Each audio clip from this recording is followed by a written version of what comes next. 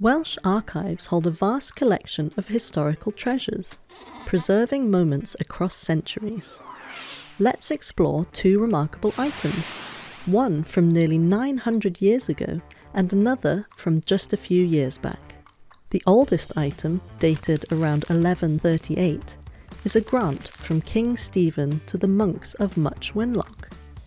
In this document, the king grants peaceful possession of lands, including woods planted by his uncle, King Henry. This was not just a gift, but a spiritual offering for the souls of his family, witnessed by the most influential figures of the time. Fast forward to the present. The newest item in our archives captures the experiences of children during the 2020 lockdown. From vibrant rainbow drawings in support of the NHS to creative expressions by Llandudno high school students, like this rap poem, Being a Kid During Lockdown. And then there's these heartfelt words where a student shares her journey through uncertainty, isolation, and the challenge of staying connected. She wrote, "Everything seemed fine.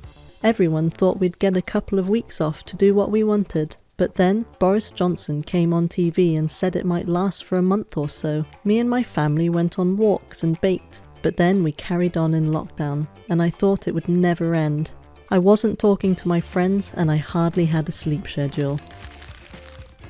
These items, though centuries apart, reveal the timeless human desire to record, share, and preserve our experiences.